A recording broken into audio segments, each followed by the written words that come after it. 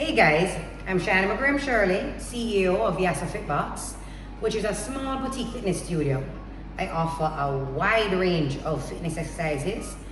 A few of you have seen some of my posts, my crazy posts on social media, from flying push-ups to handstands to all manners of things.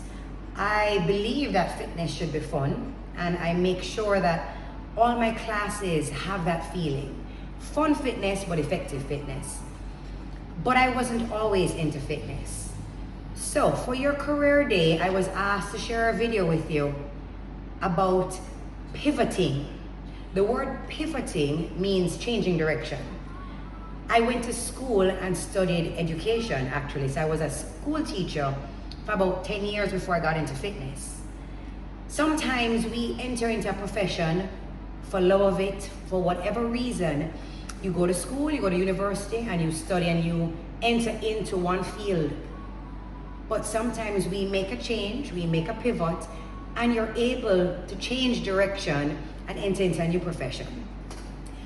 When I studied education, it gave me a lot of experience and understanding of how I built classes, I wrote lesson plans, classroom management skills.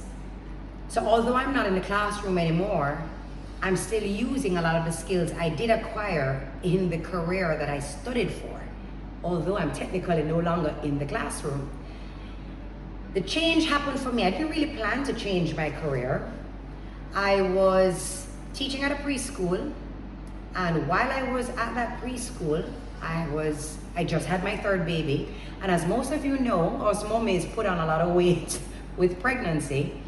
I went to a gym called Shakti at the time for my own fitness purposes, for me to lose weight, for me to get healthier and be the best me. And while I was there, I did a class for the first time called Zumba, and I fell in love with it. I thought this was amazing. Nothing about Zumba felt like exercise or like work.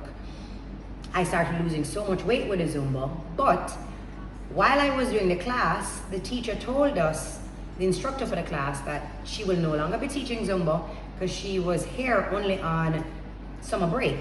So she was leaving Jamaica, and there was no Zumba instructor in Jamaica at the time. So an opportunity presented itself.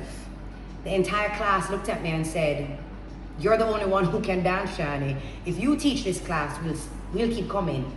So the owner at the time of Shakti, the fitness studio, said to me, "All the clients are asking if you take over the class, they'll keep coming." I had no intention of teaching fitness. I had no intention of being a dance fitness instructor. I didn't even consider myself a good dancer, but opportunity presented itself. So I said, you know what? Why not? A door opened for me, and I said I would give it a shot. I could have failed. I could have fallen flat on my face, but I said, I'm going to leap blindly, leap of faith, and try something different.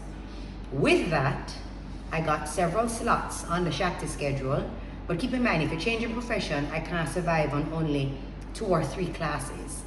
So I marketed myself, and I went to the other gyms. So I went to In Motion, I went to Spartan, I went to Gymkhana, and I said, let me demo a free class for your clients. If they like it, you can book me. If they don't like me, I will never come back. So I went and I demoed at several gyms.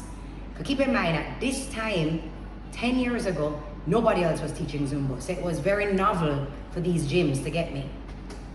They all booked me, and I was teaching 4 classes every day, 6 days a week. I was tired. I was driving all over the place. So after a while, I said, you know what? I need a space to call my own, that people could come to me to find my classes. So I started out teaching only Zumba, but then realized that once a teacher, always a teacher. I could teach anything. So I started teaching Zumba. I started teaching Sculpt. I started teaching flexibility classes. I started teaching boot camp. I found I brought fun to fitness, and people were getting good results. I opened my first business, Try Studios, on a leap of faith, but once you believe in yourself, you can really do anything. I closed that business 2 years ago, and then I opened Yasa Fitbox. So just because you start in one profession doesn't say that that's a profession you have to stick with for your entire life.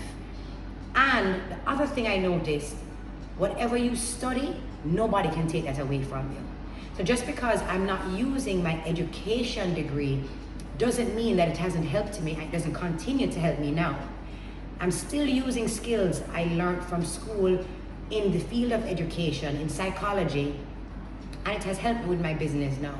So in life, sometimes we have to learn the value of pivoting, which is simply changing your direction. And just because you started out in one profession doesn't mean that you always have to stay there. There is always growth. There is always thinking outside the box and creating job opportunities for yourself. You don't have to follow the path that everybody else is following. You can create your own path.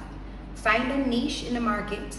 Find something that you think you are so good at, and that when you give yourself to that profession and that job and that business, that you would be the best at it, and people will seek you out for what you're adding. Add value to whatever career choice you choose and enjoy it. You need to enjoy your profession. I love what I do. I love helping people and getting them fit, and I stay fit while I'm doing it. So make your decisions for career day, but don't feel trapped by it. Don't feel pressured.